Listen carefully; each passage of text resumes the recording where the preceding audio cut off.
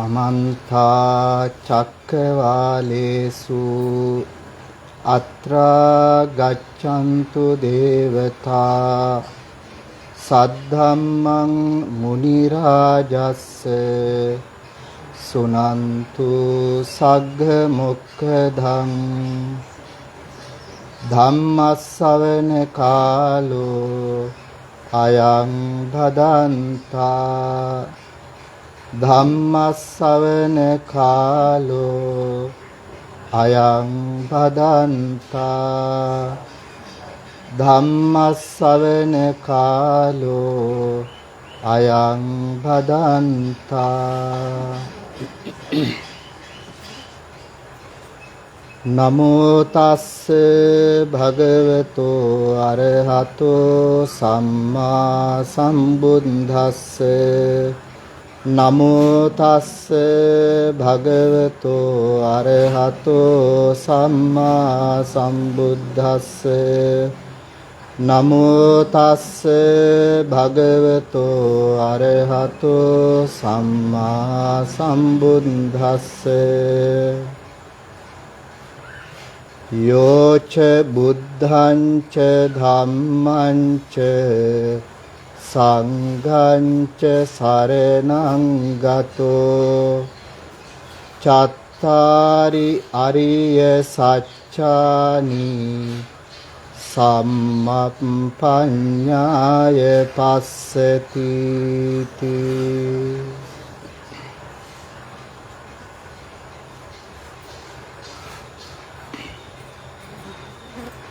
පූජනීය මහා සංඝරත්නයේ අවසරයි ශ්‍රද්ධාවන්ත කාරුණික සත්පුරුෂ පින්වතුනි මේ උතුම් වූ වස් කාලය තුල අද මේ අරිය පටිපදා සේනාසනය තුල ඉඳගෙන වස් ධර්ම දේශනාවයි මේ සිදු කරන්නට සූදානම් වෙන්නේ සුපුරුදු පරිදි අද දවසේ පින්වත් පිරිස මේ කරාචී උනේ තථාගත දහමක් අහනවා කියන අදහස ඇතිවයි.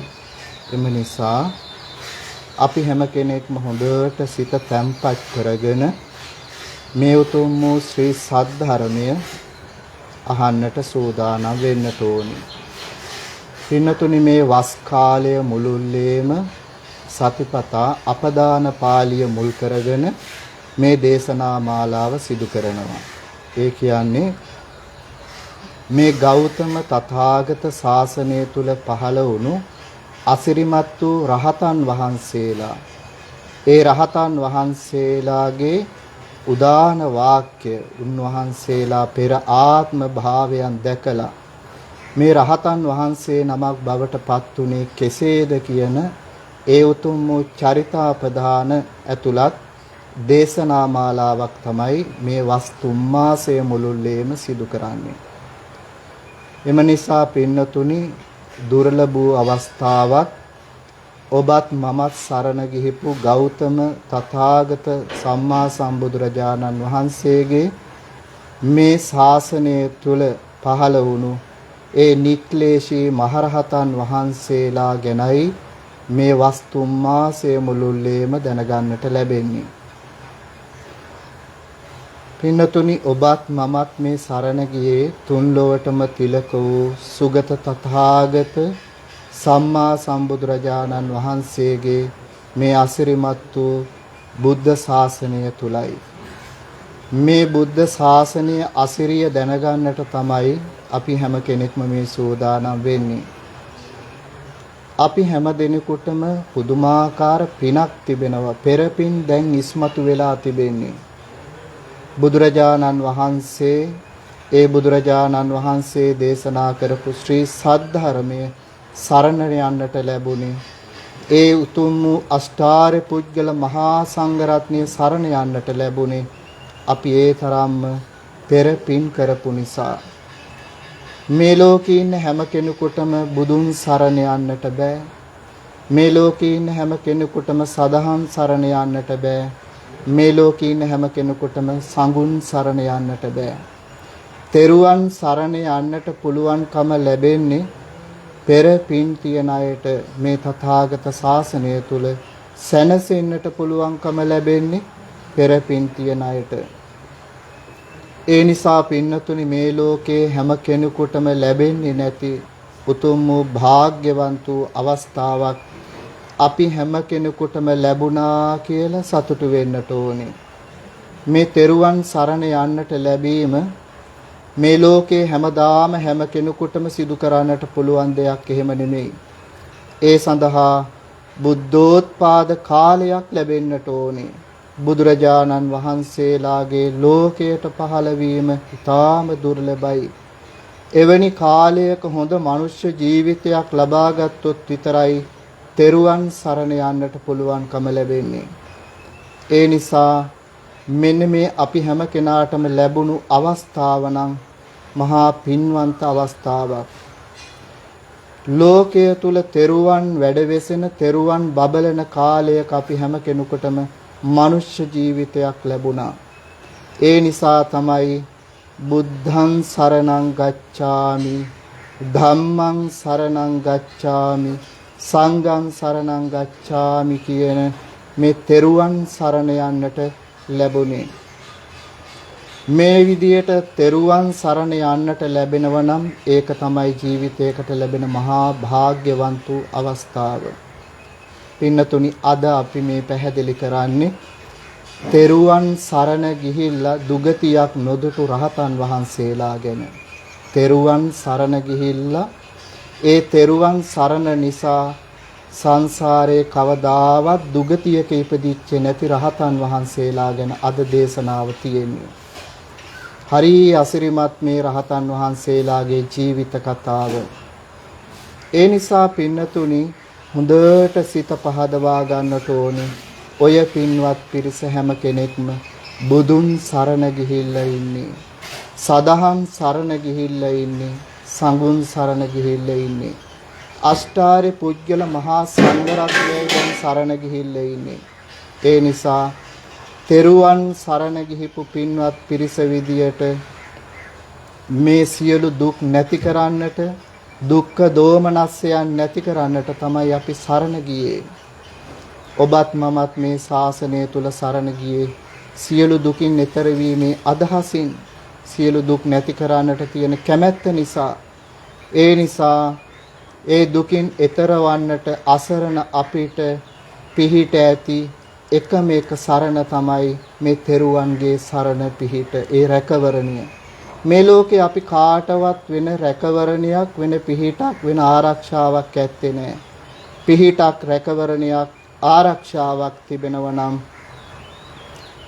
තෙරුවන්ගේ පිහිට, රැකවරණය, ආරක්ෂාව හැර වෙන රැකවරණයක් නැහැ.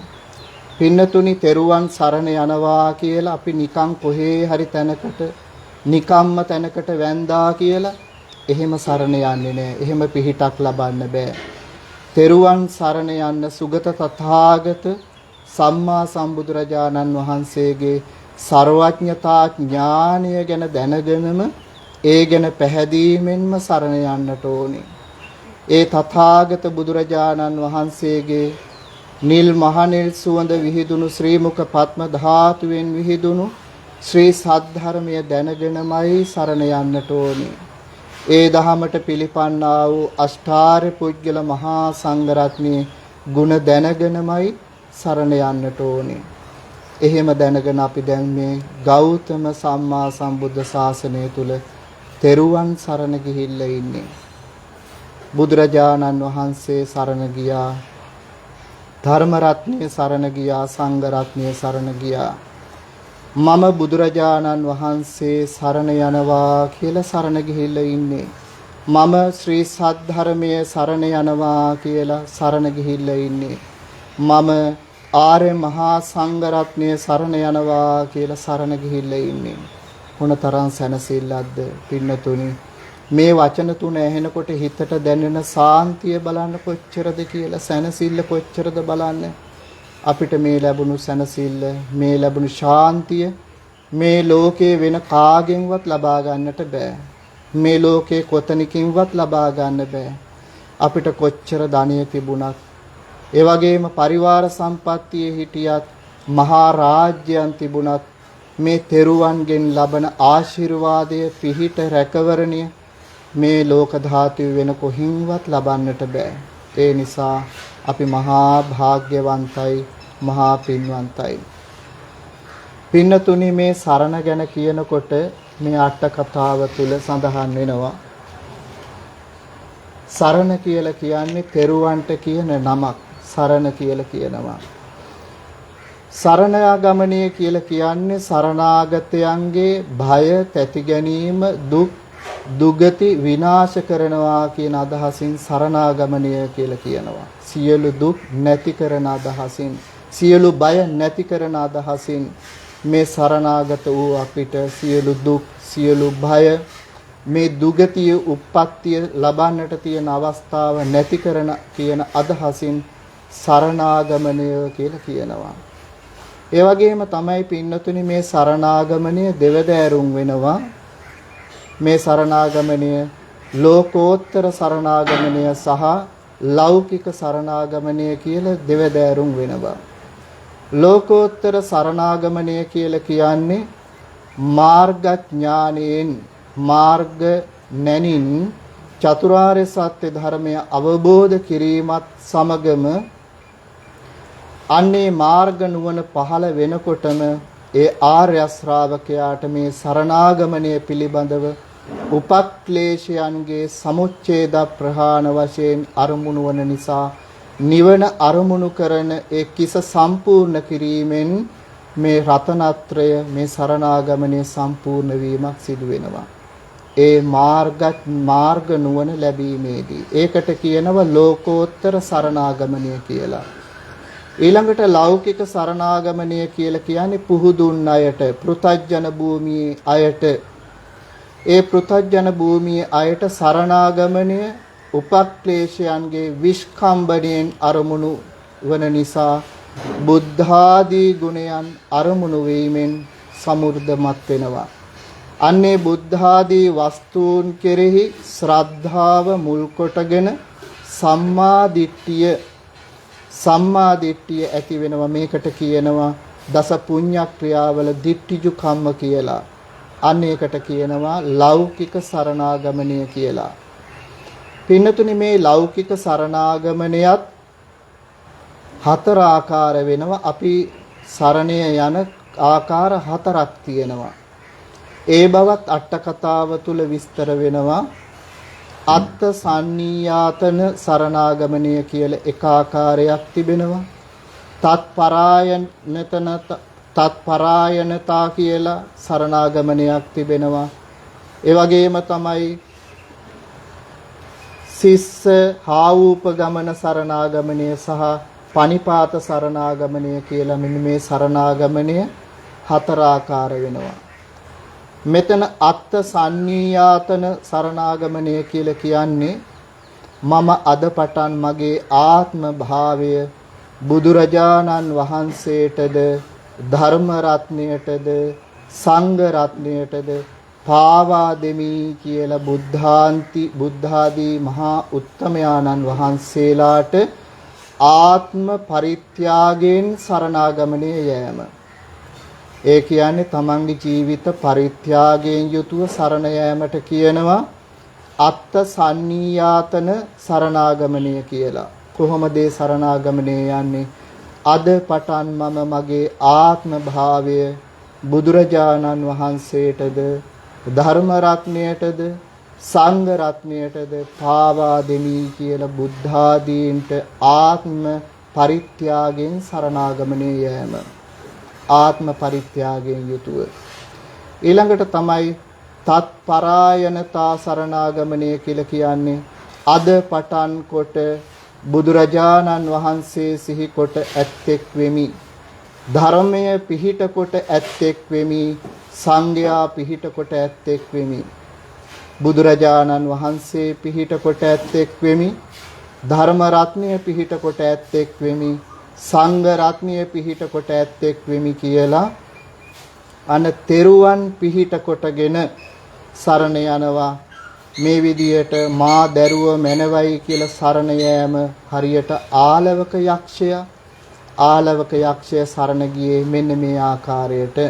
භාග්‍යවතුන් වහන්සේ මම අද පටන් බුදුරජාණන් වහන්සේ පිහිට කොට ඇත්තෙක් වෙමි කියලා ආලවක යක්ෂය සරණ ගියානේ. අන්නේ සරණාගමනය. ඊළඟට තමයි සිස්ස හාවූපගමන සරණාගමනය කියලා කියන්නේ. මේ මම අද පටන් බුදුරජාණන් වහන්සේගේ අතවැසියෙක් වෙමි. ධර්ම රත්නයේ අතවැසියෙක් වෙමි. සංඝ රත්නයේ අතවැසියෙක් වෙමි කියලා මා දරුව මැනවයි කියලා මෙසේ ශිෂ්‍ය භාවයට පැමිණීම මෙන්න මේ සරණාගමනය වෙනවා. මහා කාශ්‍යප මහරහතන් වහන්සේ සරණ ගියේ මෙන්න මේ ආකාරයට. ඊළඟට තමයි පනිපාත සරණාගමනය කියලා කියන්නේ.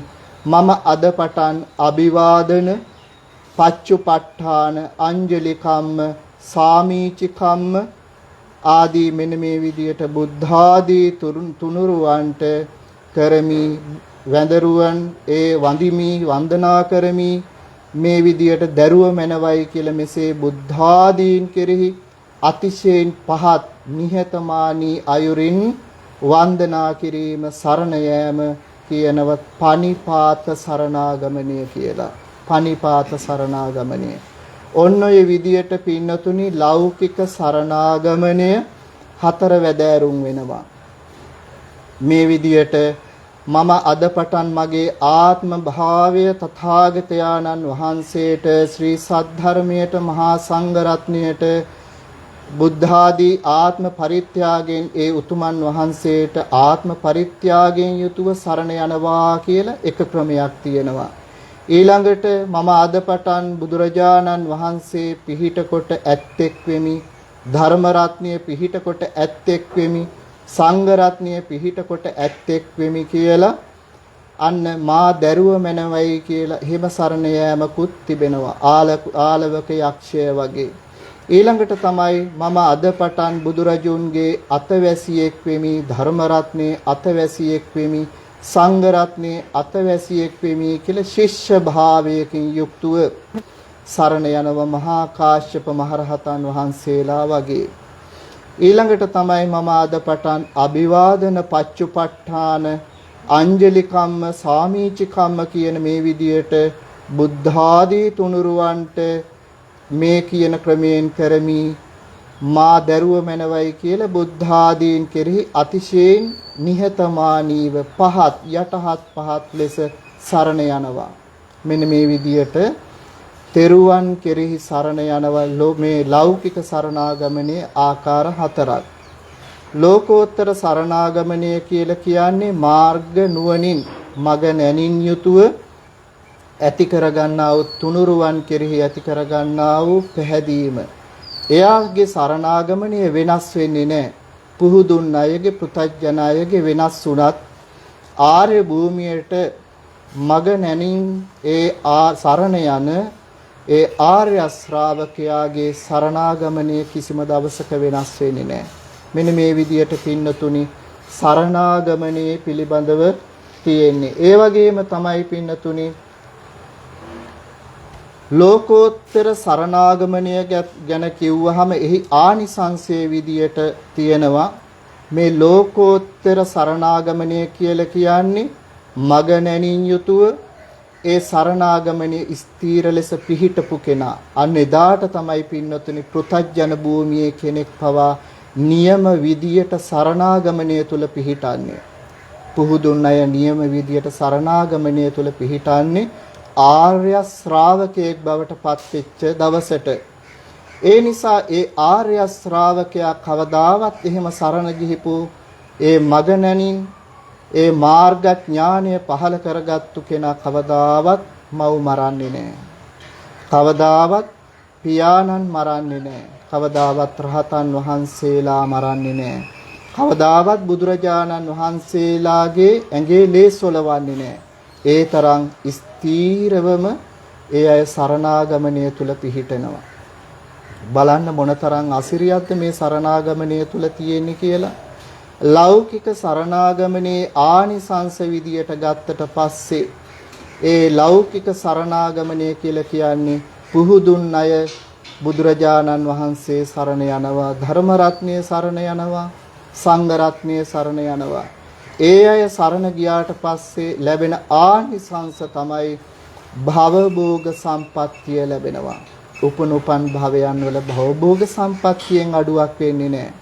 ඊළඟට එයාලට මහානුභාව සම්පන්න ජීවිත ලැබෙනවා. මනුෂ්‍ය ජීවිත ලැබුණත්, දිව්‍ය ජීවිත ලැබුණත් මහානුභාව සම්පන්න ජීවිත ලැබෙනවා. ඒ නිසා බුදුරජාණන් වහන්සේ කෙරෙහි සිත පහදවාගෙන සරණ යන්නේක ඉතාමත්ම වැදගත්. අපි මාතෘකා කරපු ගාථාවේ තිබුණ අන්නේ අදහස මොකද්ද? යෝච බුද්ධංච ධම්මංච සංඝංච සරණං ගතෝ චත්තාරි අරිය සත්‍යානි සම්මප්පඤ්ඤාය පස්සති. මොකද්ද මේ සඳහන් කරන්නේ? යමෙක් බුදුන් දහම් සංඝුන් සරණ කොට ගියේද ඒතෙම චතුරාර්ය සත්‍ය ධර්මයන් සම්‍යක් ප්‍රඥාවෙන් දකිනවා කියන අදහසයි. බලන්නේ වචනේ තියෙන ශ්‍රේෂ්ඨත්වය. යම් කෙනෙක් බුදුන් සරණ ගියාද, දහම් සරණ ගියාද, සංඝුන් සරණ ගියාද ඒ කෙනා, ඒ පුද්ගලයා චතුරාර්ය සත්‍ය ධර්මයන් සම්‍යක් ප්‍රඥාවෙන් යුතුවම දකිනවා කියනවා. මේ බුදුරජාණන් වහන්සේ සරණ ගිහිපු කෙනාට, ධර්ම රත්නයේ සරණ ගිහිපු කෙනාට, සංඝ රත්නයේ සරණ ගිහිපු කෙනාට ලැබෙන ප්‍රතිලාභයක් මොනතරම් වටිනවද? ඔබත් මමත් බුද්ධං සරණං ගච්ඡාමි, ධම්මං සරණං ගච්ඡාමි, සංඝං සරණං ගච්ඡාමි කියලා තෙරුවන් සරණ ගිහිල්ලා ඉන්නේ. එක වතාවක් එහෙම නෙමෙයි. දෙවනුවත් බුදුරජාණන් වහන්සේ සරණ ගියා, ධර්මයේ සරණ ගියා, සංඝයා සරණ ගියා. ඊළඟට තෙවනුවත් තෙරුවන් සරණ ගිහිල්ලා ඉන්නේ. මේ විදියට තෙරුවන් සරණ ගිහිපු අපිට මේ කියන ආනිසංස ටික අනිවාර්යයෙන්ම ලැබෙනවා. ඒ වගේම තමයි පින්නතුනි, යම් කෙනෙක් බුදුරජාණන් වහන්සේ සරණ ගියාද ඒ කෙනා සතර අපායට නොයනවා කියලා සඳහන් වෙනවා. අට කතාව තුල සඳහන් වෙනවා. යම් කෙනෙක් බුදුරජාණන් වහන්සේ සරණ ගියාද එයා සතර අපායේ උපදින්නේ නැති වෙනවා කියලා. කවදාවත් සතර අපායේ උපදින්නේ නැහැ. එතකොට මේ මනුෂ්‍ය ජීවිතේ බුදුන් සරණ ගියා නම් දේවත්වයට, දෙවියෙක් බවට පත් වෙනවා. ඒ දෙවියෙක් බවට පත් වෙලා ඒ දෙවියෙක් බවට පත් වුණාට පස්සෙත් මහානුභාව සම්පන්න දෙවියෙක් බවට පත් වෙනවා. බුදුන් සරණ ගිහපු ආනිසංසයක් විදියට. ඒ වගේම තමයි සදහම් සරණ ගියත් ඒ ආනිසංසමයි, සංඝුන් සරණ ගියත් ඒ ආනිසංසමයි. මොනවද ලැබෙන්නේ? සතර අපායේ උපදින්නේ නැහැ. තිරිසන් ලෝකවල උපදින්නේ නැහැ. പ്രേත ලෝකවල උපදින්නේ නැහැ. ඒ වගේම අසුර ලෝකවල උපදින්නේ නැහැ. අටමහා නරකයේ ඔසුපත් නරකවල උපදින්නේ නැහැ. යම් කෙනෙක් බුදුන් සරණ ගියා නම්, දහම් සරණ ගියා නම්, සංඝුන් සරණ ගියා නම්. ඒ වගේම තමයි හොඳ දේවාත්මයක් ලැබෙනවා, මනුෂ්‍යාත්මයක් ලැබෙනවා. ඒ තරම් මහානුභාව සම්පන්නයි මේ තෙරුවන් සරණ යන්නේක. ඊළඟට පින්නතුනි, යම් කෙනෙක් උපාසක කියන වචනයෙන් අපි හඳුන්වනවා. උපාසක කියන වචනය ගිහි කෙනෙකුට තියෙන හොඳම ගෞරවාන්විත වචනය තමයි උපාසක කියන වචනය. හැබැයි මේ ලෝකේ ඉන්න හැම කෙනෙකුටම උපාසක කියන වචනය අහන්න බෑ.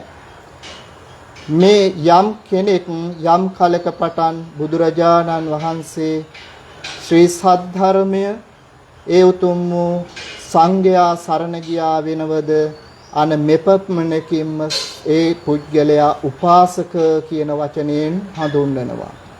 යම් කාලයක පටන් යම් පුද්ගලයෙක් බුදුන් දහම් සංඝුන් සරණ ගියාද එයාට කියනව උපාසක කියලා. වෙන කෙනෙකුට අපි උපාසක කියන්නේ නැහැ. තෙරුවන් සරණ ගියේ නැති කෙනෙකුට උපාසක කියන වචනේ භාවිතා කරන්නේ නැහැ. මෙන්න මේ විදියට තුනුරුවන් වෙත යන නිසා උපාසක කියලා කියනවා. බලන්න පින්නතුනි, ලැබෙන වචනය, ලැබෙන උතුම් වචනය ගිහි කෙනෙකුට වුණත් තෙරුවන් සරණ යන කෙනාට මේ වචනය ලැබෙනවා, උපාසක කියන වචනය.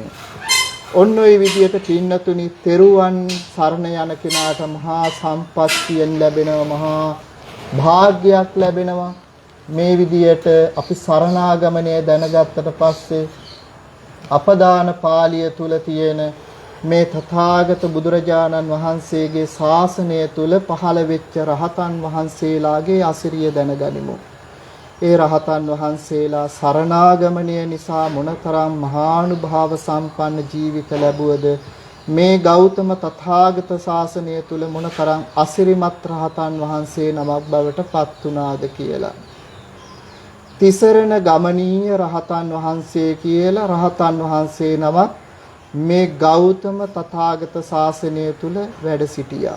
තිසරණ ගමනීය රහතන් වහන්සේ මේ රහතන් වහන්සේ මේ ගෞතම තථාගත ශාසනයේ සවැත් නුවර මහා කුලයක මහසහල් කුලයක ඉපදිලා පුංචි කුමාරයෙක් විදියට හිටියේ. මේ පුංචි කුමාරයට මහා නුවණක් තිබුණා. පුංචි නුවණක් එහෙම නෙමෙයි, පුංචි වුණාට මහා නුවණක් තිබුණ අවුරුදු 7යි. මේ අවුරුදු 7 පුංචි කුමාරයා ඒ වගේ පුංචි දරුවන් එක්ක එක්තරා විහාරයකට යනවා. ගිහිල්ලා එක රහතන් වහන්සේ නමකගෙන් ධර්ම ශ්‍රවණය සිදු කරනවා. ධර්ම ශ්‍රවණය සිදු කරාට පස්සේ මේ රහතන් වහන්සේ කුමාරය ඇතුළු මේ දරුවන් පිරිසට සරණාගමනය දෙනවා. සරණාගමනය දුන්නට පස්සේ අන්නේ සරණාගමනයේ පිහිටලා මේ පුංචි පුතා පෙර ජීවිතය ගැන හිතනවා. පෙර ජීවිතේ සරණාගමනයක් අරගෙන තියෙනවා. ඒ ගැන හිතමින් ඉන්නකොට තමන් පෙර රකිනා ලද සරණාගමනය සිහි කරලා විදර්ශනා වඩලා මේ සත්හැවිරිදි පුංචි පුතා රහතන් වහන්සේ නමක් බවට පත් වුණා. මේ ගෞතම තථාගත ශාසනය තුල පහළ වෙච්ච අසිරිමත් රහතන් වහන්සේ නමක්. අවුරුදු 7යි. අවුරුදු 7න් සරණාගමනයේ පිහිටනකොට පෙර ජීවිතවල සරණාගමනයේ පිහිටපු ඒ ආකාරය නුවණින් මෙනෙහි කරන ඒ තරම් නුවණක් මේ පුංචි පුතාට තිබුණා. ඒ මොහොතේම විදර්ශනා නුවණ පහළ වෙලා රහතන් වහන්සේ නමක් බවට පත් වුණා. එතකොට භාග්‍යවතුන් වහන්සේ මේ රහත් භවට පැමිණිනි. මේ රහතන් වහන්සේට අවුරුදු 7යි. උපසම්පදාව පිහිටවලා අන්න උපසම්පදා පිහිටවල නොබෝ කලකින්ම බලනවා పూర్ව භවය සිහි කරනවා. පෙර භවයන් සිහි කරනවා. පෙර භවයන් සිහි කරන්නේයි මේ රහතන් වහන්සේට පටිසම්භිදා ඥාන අෂ්ට විමෝක්ෂ ෂට් අභිඥා පහළ වුණා. රහත් වෙනකොටම දැන් පෙර භවයන් සිහි කරනවා. පෙර භවයන් සිහි කරනව ප්‍රීතියෙන් යුතුවම పూర్ව චරිතාපදානය මෙන්න මේ විදියට දේශනා කරන ඒ රහතන් වහන්සේ පෙර චන්ද්‍රවතී කියන නුවර ඉපදිලා අන්ධ අම්ම කෙනෙකුයි තාත්ත කෙනෙකුයි බලාගන්න කුමරෙක් බවට පත් වෙලා හිටියේ. එතකොට ඒ අම්මයි තාත්තයි බලාගන්න බැහැ. හැබැයි අම්මටයි තාත්තටයි ඇස් පේන්නේ නැහැ පෙර ජීවිතයක. මේ විදියට මව්පියන් රැක බලා ගන්න අතරේ මේ තරුණ දරුව හිතනවා අනේ මට මේ අම්මයි තාත්තයි බලාගෙන ඉන්නව මිසක් මට පැවිද්දකටපත් වෙන්න බෑනේ, මට පැවිදි වෙන්න බෑනේ. ඒ නිසා මට පැවිදි වෙන්න පුළුවන් කමක් නැහැ. ඒ නිසා මම තිසරණේ පිහිටන්නට ඕන කියලා ඒ තිසරණේ පිහිටලා මේ දිලිඳු බවින් අසරණ බවෙන් මම මිදෙන්නට ඕන කියලා අනෝම දස්සී කියන භාග්‍යවතුන් වහන්සේගේ අග්‍ර ශ්‍රාවකයාණන් වහන්සේ ළඟට ගියා. මේ මීට කල්ප ලක්ෂයකට පෙර වෙච්ච සිදුවීමක් මේ කියන්නේ. මේ අනෝම දස්සී කියන භාග්‍යවතුන් වහන්සේගේ ශාසනය තුල තමයි මේ සිදුවීම සිදු වුණේ. අන්ධ මව්පියන් දෙපළක් බලාගෙන ඉන්න කෙනෙක් ඊළඟට හිතනවා මට පැවිදි වෙන්න විදියක් නැහැ. ඒ නිසා මං සරණාගමණය තුල පිහිටලා මේ දිලිඳු භාවයෙන් අසරණ භාවයෙන් මම මිදෙන්න ඕන කියලා අනෝම දස්සී කියන භාග්‍යවතුන් වහන්සේගේ අග්‍ර ශ්‍රාවක රහතන් වහන්සේ නමක් හිටියා. නිසඹ කියලා රහතන් වහන්සේ. මේ නිසඹ අග්‍ර ශ්‍රාවක රහතන් වහන්සේ ළඟට ගිහිල්ලා සරණාගමනය ලබා ගත්තා. අන්නේ කාලේ ආයුෂ අවුරුදු ලක්ෂයයි. ඒ ලක්ෂයක්ම අවුරුදු තියෙන කාලේ සරණාගමනය සම්පූර්ණ කරලා හොඳට ඒ සරණාගමනය රැක්ක. කවදාවත් බුදුරජාණන් වහන්සේගෙන් පිට ගියේ නැහැ. සරණක් ලැබුවේ නැහැ. කවදාවත් තථාගතයන්න් වහන්සේ දේශනා කරපු ධර්මයෙන් පිට වෙන දහමක් සරණ ගියේ නැහැ. කවදාවත් තථාගතයන්න් වහන්සේගේ ඒ අෂ්ටාර්ය පුජ්‍යල මහා සංඝ රත්නය හැර වෙන සංඝයා සරණ ගියේ නැහැ. වෙන ශ්‍රාවකයෝ සරණ ගියේ නැහැ. කල්ප අවුරුදු ලක්ෂයක් මේ කාලේ මේ සරණාගමනය සම්පූර්ණ කරලා මරණ මොහොතේදී ඒ ජීවිතේදී මැරෙන මොහොතේදී මේ සරණාගමනයම සිහි කරගෙනයි හිටියේ. ඊට පස්සේ ඒ පිනෙන් කොහෙද ගිහිල්ලා ඉපදුනේ? තව්තිසා දිව්‍ය ලෝකේ. ඒ පිනෙන් තව්තිසා දිව්‍ය ලෝකෙ ගිහිල්ලා ඉපදුනා. අන්න එයින් දෙවියන් අතර ගිහිල්ලා ඉපදුනාට පස්සේ අර අනිත් දෙවියන්ට වඩා මහා යසස් ඇති මහා ආශ්චර්යමත් දෙවියෙක් බවට පත් වුණා. ශ්‍රේෂ්ඨ වුණා. මේ සරණාගමනේ පිහිටපු පිනෙන් 80 වාරයක් සක් දෙවිඳු පදවිය ලැබුවා.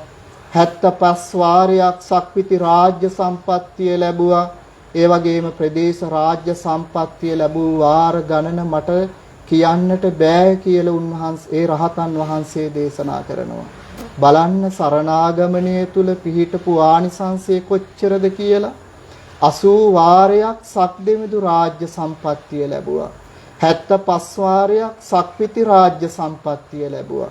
ප්‍රදේශ රාජ්‍ය සම්පත්තිය ලැබූ වාර ගණන කියන්නට අපසුයි කියලා කිව්වා. දේශනා කළා. මේ විදියට මේ පුණ්‍ය කර්මයෙන් තමයි සවැත් නුවර ඒ ආඩ්‍ය වූ මහා සාර කුලයක ඉපදිලා මේ විදියට අවුරුදු 7 දී රහතන් වහන්සේ නමක් බවට පත් වුණා.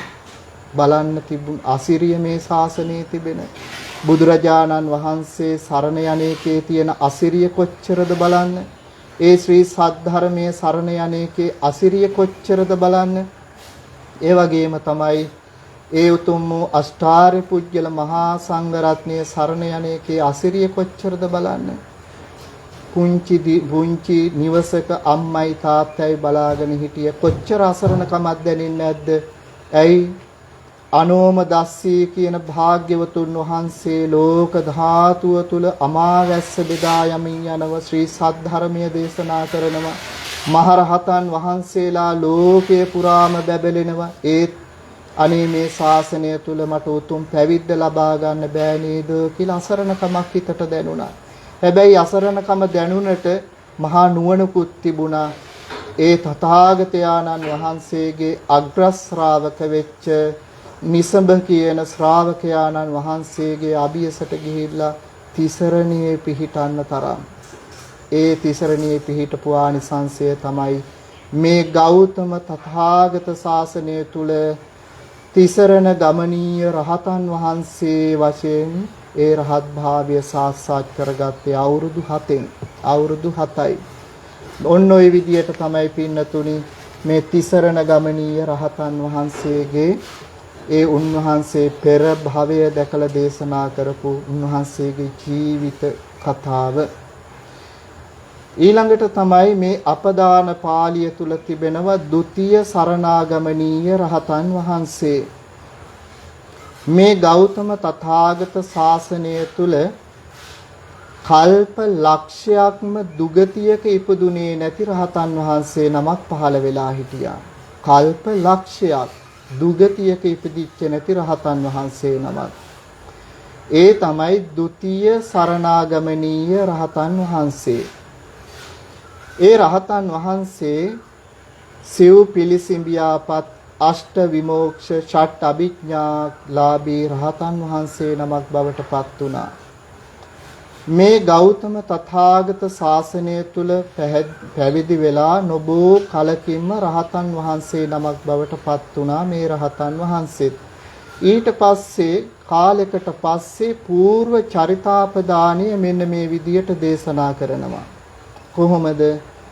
මම පදුමුත්තර භාග්‍යවතුන් වහන්සේගේ ශාසනය පවතින කාලේ හිමවතෙහි දෙව් රජෙක් වෙලා තමයි ඉපදුනේ කියලා දේශනා කරනවා. හිමාලයේ දිව්‍ය රාජයෙක් වෙලා ඉපදුනේ, දිව්‍ය රජ කෙනෙක් වෙලා ඉපදුනේ. මේ කාලේ මේ ආසන්නයේම ඉන්නවා යක් දෙව් රජ කෙනෙක්. මේ හිමාලයේ මේ ආසන්නයේම ඉන්නවා මේ දෙව් රජතුමාගේ විමානෙට ආසන්නයේම යක් දෙව් රජ කෙනෙක්. මේ දෙන්න විරසක වුණා. දැන් විරසක වෙලා සටනකට පැටලෙන්න හදන්නේ, මහා යුද්ධයක් පටන් ගන්න හදන්නේ. ගෞතම තථාගත ශාසනය තුල අපිට මතක් වෙනවා මණියක් විත නාරජතුමා ආදී අර යක්ෂ සේනාධිපති, නාග සේනාධිපතිලා ඒ සටන් වැදුණු ආකාරයේ ඒ විදියටම පදුමුත්තර බුදුරජාණන් වහන්සේගේ කාලේ මේ දෙගොල්ල 100,000 ගාණක් යක්ෂ සේනාව එකතු කරගෙන දැන් මහා යුද්ධයකට පෙළඹෙන්න හදන්නේ. යුද්ධයකට අරන් දිනවා. මෙන්න මේ වෙලාවේදී පදුමුත්තර කියන බුදුරජාණන් වහන්සේ මහා කරුණා නිධානයක් බඳු ඒ තථාගතයන්න් වහන්සේ දකිනවා මේ මහා සේනාවන් දෙගොල්ලක් එකතු වෙලා යුද්ධයකට අරන් දිනවා. මහා විනාශයක් වෙන්නයි දැන් සූදානම් වෙන්නේ. ඒ නිසා මහා කරුණාවෙන්ම ඉහළ ආකාශයෙන් රන් කඳක් වගේ පදුමුත්තර බුදුරජාණන් වහන්සේ මේ යුද පිටිය ඉහළ ආකාශයේ වැඩ ඉන්නවා. භාග්‍යවතුන් වහන්සේ මේ පදුමුත්තර බුදුරජාණන් වහන්සේ වැඩ ඉන්නව දැක්ක මේ යක්ෂ සේනාව, දිව්‍ය සේනාව මහා ආශ්චර්ය දැකලා මේ යුද ආයුධ බිම දමලා වන්දනා කරනව භාග්‍යවතුන් වහන්සේට. බුදුරජාණන් වහන්සේ මේ මහා සේනාවට ධර්ම දේශනා කළා. ධර්ම දේශනා කරාට පස්සේ මේ හැම කෙනෙක්ම තිසරණියේ පිහිටියා. නමුත් මේ හැම දිනාටම කලියෙන් මෙන්න මේ උතුම් පුජ්‍යලයා, මේ නුවණැති පුජ්‍යලයා, මේ දෙව් රජතුමා ඉස්සර වෙලාම භාග්‍යවතුන් වහන්සේගෙන් සරණ ලබා ගත්තා. අන්නේ කලින්ම ඒ පිරිස අතරින් කලින්ම සරණ ලබාගත්තු ඒ පිනින් කල්ප ලක්ෂයක් කවදාවත් දුගතියක ඉපදුනේ නැහැ. බලන්න, යුද පිටියකට ආපු දෙව් රජ කෙනෙක් මහා සේනාවක් එක්ක යුද්ධයකට අරන් දින්නේ. ඒ වෙලාවේදී තමයි පදුමුත්තර බුදුරජාණන් වහන්සේ මහා කරුණාවෙන් ඒ යුද පිටියට ඉහළ ආකාශයට වැඩම කරලා ධර්ම දේශනා කරලා මේ හැම කෙනෙක්ම සරණාගමනය තුල පිහිටන්නේ.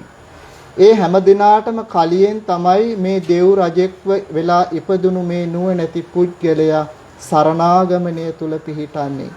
ඒ පිනෙන් තමයි කල්ප ලක්ෂයක් දුගතියක ඉපදෙන්නේ නැති තරම් මහා පින්වන්ත ජීවිතයක් බවට පත් කරගත්තේ. කල්ප ලක්ෂයක් දුගතියක් දැකලා නැහැ. දුගතියක ඉපදිලා නැහැ. බුද්ධං සරණං ගච්ඡාමි, ධම්මං සරණං ගච්ඡාමි, සංඝං සරණං ගච්ඡාමි කියන ඒ තෙරුවන් කෙරෙහි සිත පහදවාගෙන සරණ යෑමෙන් මොනතරම් ලාභයක්ද, මොනතරම් සැනසීමක්ද. ඒ වගේම තමයි 30000 වන කල්පයේ සක්විති රාජ්‍ය සම්පත්තිය ලැබලා මෙන්න මේ ගෞතම තථාගත ශාසනය තුල සිව් පිළිසිඹියාපත් අෂ්ට විමෝක්ෂ ෂට් අභිඥා කියන රහතන් වහන්සේ නමක් බවට පත් වුණේ. මොනතරම් අසිරියක්ද, මොනතරම් සැනසෙල්ලක්ද ඒ වචන ටිකේ තියෙන රහතන් වහන්සේ පෙර ආත්ම භාවය දැකලා ඒ పూర్ව චරිතාපදානයේ පුදුම විදියට ප්‍රීති සෝමනස්යෙන් යුතුව දේශනා කරනවා.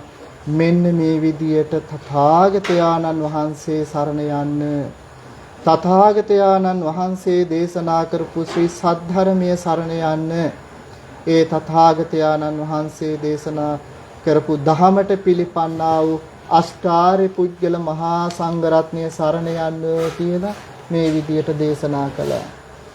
ඊළඟට තමයි පින්නතුනි මේ තථාගත ශාසනය තුල රහතන් වහන්සේලාට නම් වැටිලා තිබුණේ ඒ රහතන් වහන්සේලාගේ චරිතාපදානය අනුවයි.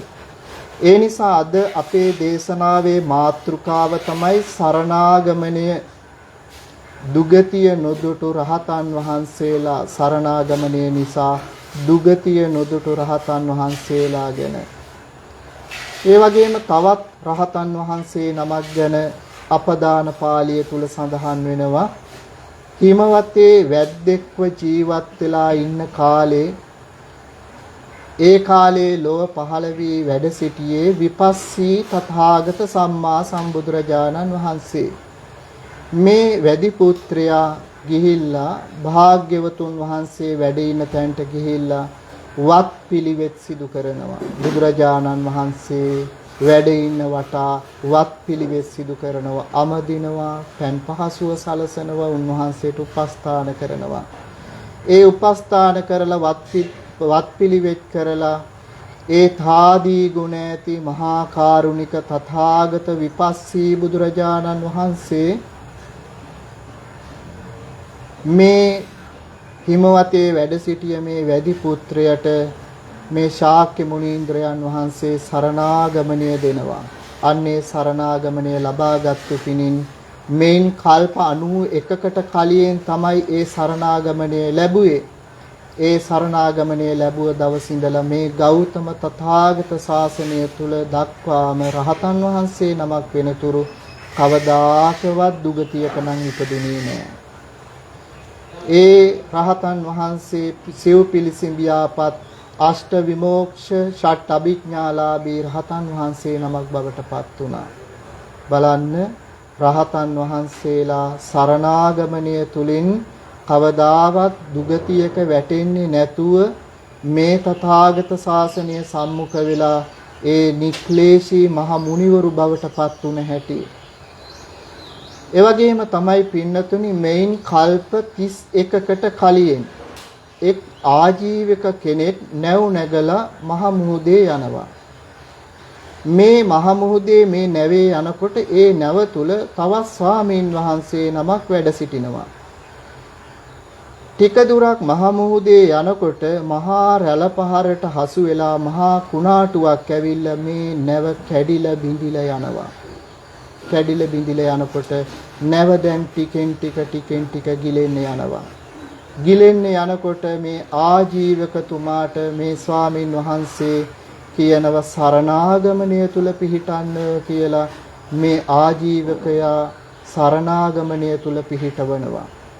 පින්නතුනි මේ සරණාගමනය තුල පිහිටපු ඒ මහා කුසල බල මහිමයෙන් මේ නැව ගිලෙනවා. ඒ අතරේ තමයි මේ ස්වාමින් වහන්සේ මේ පුජ්‍යලයා සරණාගමනය තුල පිහිටන්නේ. ඒ කරගත්තා වූ කුසලස්කන්ධයේ හේතුවෙන් කල්ප 31කට කලින් තමයි මේ සරණාගමනේ පිහිටියේ.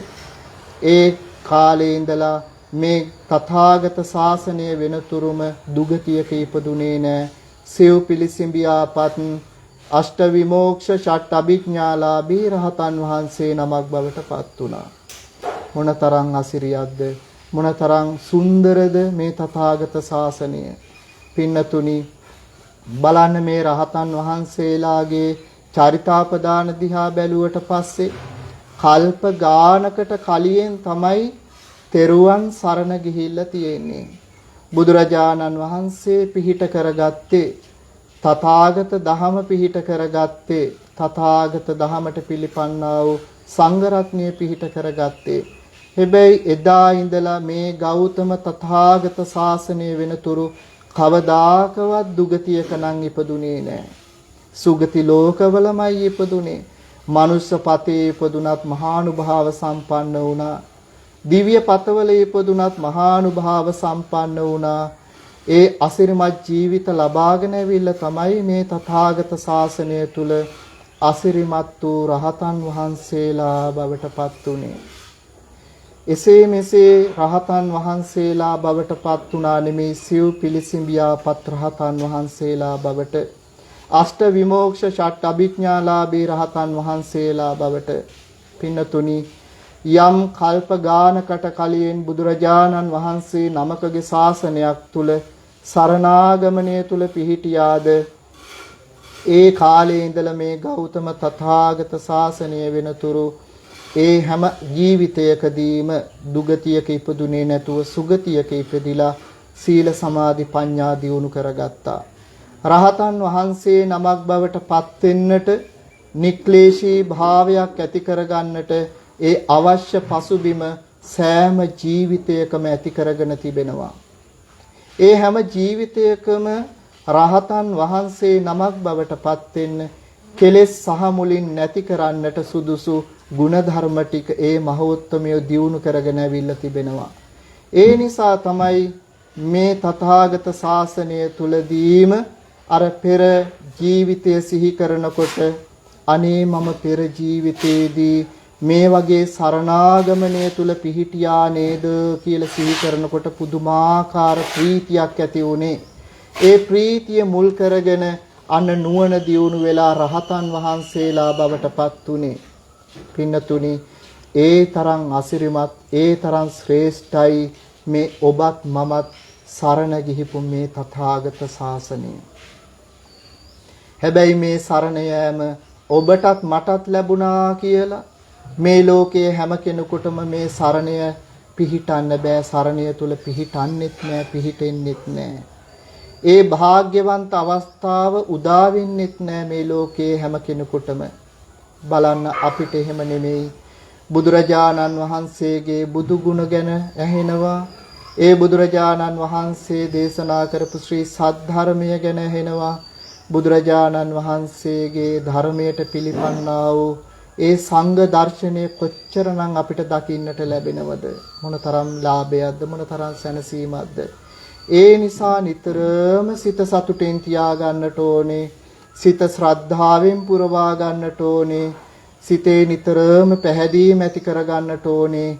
මම බුදුරජාණන් වහන්සේ සරණ ගිහිපු උපාසකයෙක් කියලා. ඒ ගෞරව නාමය මටත් ලැබිලා තියෙනවා කියලා එහෙම නිතරම පැහැදීමක් ඇති කරගන්නට ඕනේ. ඒ ධර්මයේ පිහිට කරගත්තු උපාසක කෙනෙක් නේද කියලා නිතරම පැහැදීම ඇති කරගන්නට ඕනේ. ඒ සංඝයා සරණ කරගත්තු උපාසක කෙනෙක් නේද කියලා නිතර පැහැදීම ඇති කරගන්නට ඕනේ. පින්නතුනි, ඔය පැහැදීම තමයි ඔබටත් යම් දවසක නික්ලේශී රහතන් වහන්සේ නමක් බවට පත් වෙන්නට පුළුවන්කම ලැබෙන්නේ. ඔබටත් ඔය පිහිටපු සරණාගමණයම තමයි මාර්ගඥාන උපදවා ගන්නට පිහිටක් රැකවරණයක් බවට පත් වෙන්නේ. ඔබටත් එදාට කාගේවත් පිහිටක් නොලැබුණාට කමක් නැහැ. තථාගත බුදුරජාණන් වහන්සේගේ ධර්මයේ පිහිට රැකවරණයේ ආරක්ෂාව නුවඩුවම ලැබෙනවා. එම නිසා මේ කාලය තුල අපි බුදුරජාණන් වහන්සේගේ ශාසනය තුල ඒ උතුම් වූ රහතන් වහන්සේලා බවට පත් වුණු ඒ නික්ලේශී රහතන් වහන්සේලාගේ పూర్ව කරපු කුසල කර්මයන්ගේ විපාක විදියට දුගතියක් දැක්කේ නැතුව මේ ගෞතම තථාගත ශාසනය තුල රහතන් වහන්සේලා බවට පත් වුණු ආකාරය දැනගත්තා.